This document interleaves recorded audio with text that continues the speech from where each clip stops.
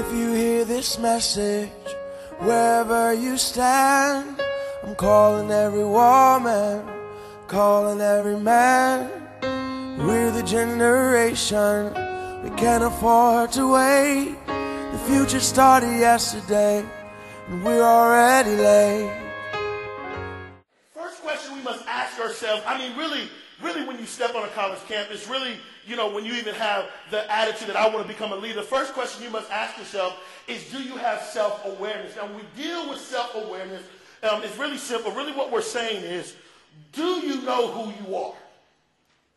Do you know who you are? In essence, do you know what your strengths are? Do you know what your passion is? Do you know what motivates you? Do you know what inspires you? Do you know your personality? Do you know your emotional intelligence, which is dealing with being able to understand how to manage your own emotions and manage the emotions of others? Do you know what I call your intuitive intelligence? How to follow what I call that gut feeling on the inside? In essence, the question that we must ask before we even begin to lead, the question is, do you know who you are? Say are. You gotta know who you are. Now, why is this important? Well, there's a variety of reasons it's important. The first reason it's important because there was a study where there was a group of individuals at Stanford as well as Harvard, and they came together and they asked themselves a simple question. They said, what is the number one leadership skill set to develop in emerging leaders? They said, what is the number one skill set? And all of them agreed that self-awareness was the number one skill set. And the reason they said this is because they realized that when you know who you are, number one, it's a greater predictor of success because people that know who they are will ultimately probably become more successful than those who don't. Number two, when you know who you are, you communicate better, you understand others better. But most importantly, when I know who I am, I become a better leader. Say leader. I become a better leader. Now, why do I become a better leader? Well, the first reason I become a better leader is because when I know who I am, I know how to position myself for success. The reality is as leaders or as people, we're not going to succeed in everything. I realize that if you put me in an office and ask me to be an office manager and to be at my cubicle 12 hours a day, 60 hours a week, not only am I going to become frustrated, not only am I going to become irritated, but I'm not going to do as well as someone else because it's not who I am. Now, if you put me in a position where I get to speak in front of thousands, and I get to speak in front of millions, and I get to travel the country and empower people and inspire people, hey, woo, I done hit the lottery because this is where success is for me because it's who I am. Position me for success. Second reason why it's important is because when I know who I am as a leader, I know who to surround myself with. A leader is as good as the people that they surround themselves with. I don't have time to get into that, but it's very important that you know who you are. Because when you know who you are, you know what your weaknesses are and you know what your strengths are. So when I know who I am, if I have a weakness, I got to find someone that can deal with that weakness in my life. When I know who I am, I know what romantic relationships to get in and which ones not to get in. Because there's a certain fit or a compliment person to me, and there's others that are not a good fit. And when I make bad relationships and get in the wrong and surround myself with the wrong people, it has an effect on my life. This is why Les Brown says, and I quote, he says, "Show me your friends, and I'll show you your future." That's a bonus. Third reason why it's important is because when I know who I am, I become more confident.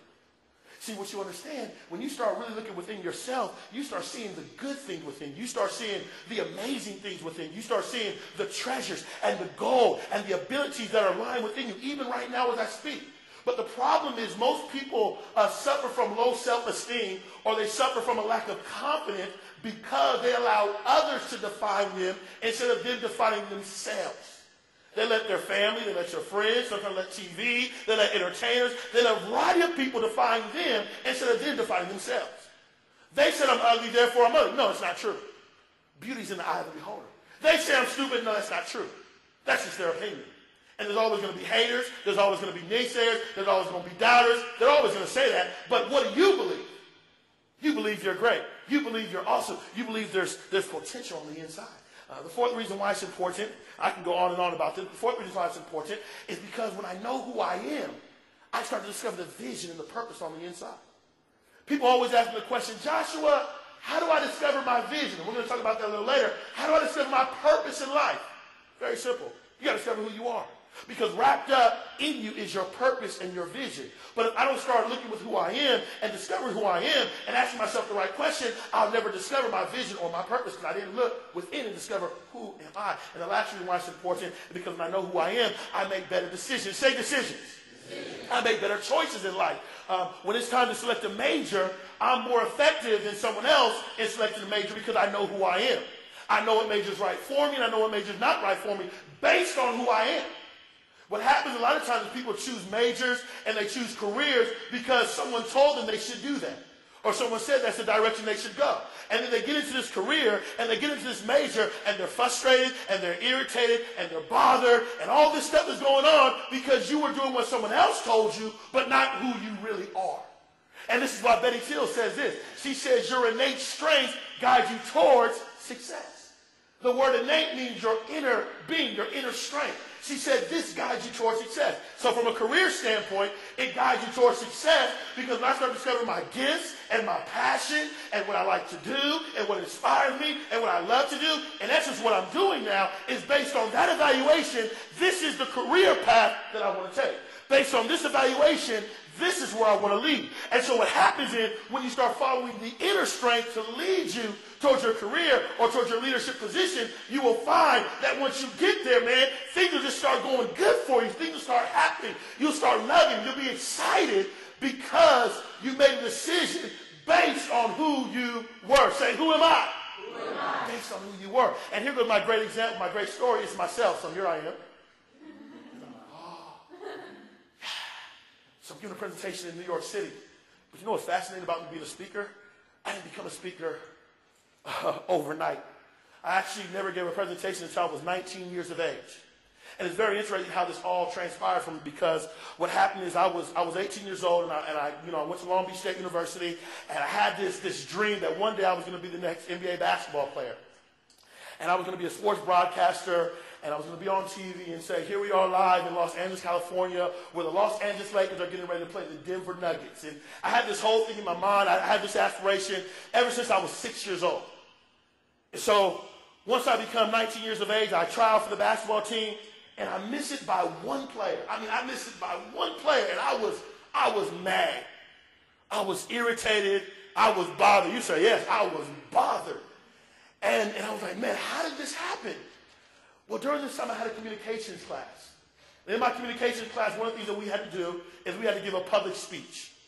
And so, I was like, oh, man, I've never done this before. So I did all my preparation. I get up in front of the classroom, and I just, boom, give a presentation. And it just goes excellent. I didn't even have to use notes. I was like, wow, I didn't know I was this good at speaking. I didn't know I had this photographic memory. I don't know where it came from, but I'll take it. I found something I do well. And so once I discovered that I was a good public speaker, I made it in my mind because I wanted to get good grades in school that I was going to take more communication classes because it's easy for me. I do it well. Keep taking them. And so I took a debate and argumentation class. And in my argumentation class, my first presentation again, photographic memory, impact, inspiration, and I got an A. And by the end of the semester, I realized that I was 7-0 as a debater. At that point, I was aware of two things. Number one, I realized I had a gift to speak. And number two, I realized that it was my passion, and I love getting in front of an audience. I get a kick out of this, by the way. I absolutely love it. I probably talk too much sometimes, but I got a kick out of it.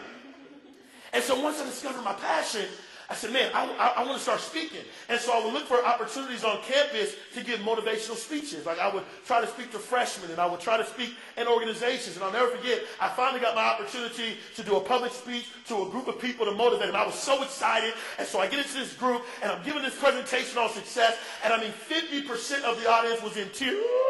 They were all boo-hooing and all this kind of stuff. And at that point, the epiphany hit me. It was my epiphany. Because what happened is, I discovered who I was and what I was going to do. And at this point, I discovered I had a gift to speak, strengths.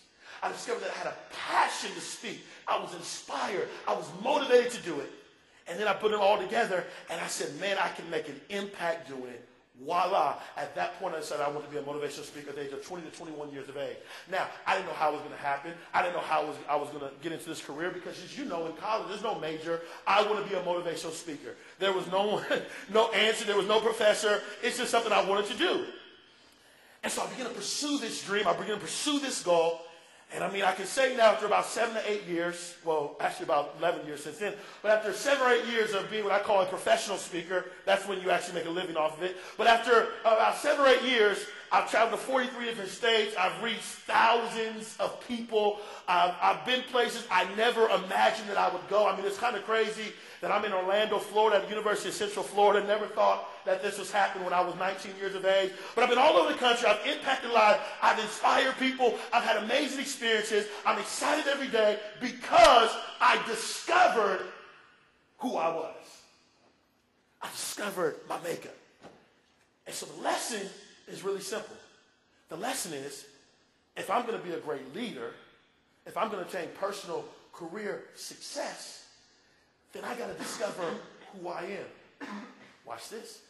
Because once I discover who I am, then things start working in my favor. When I discover who I am, people that I don't even know start helping me just because I'm doing what I'm supposed to do. When you start doing what you're supposed to do, opportunities look for you. You don't always have to look for them.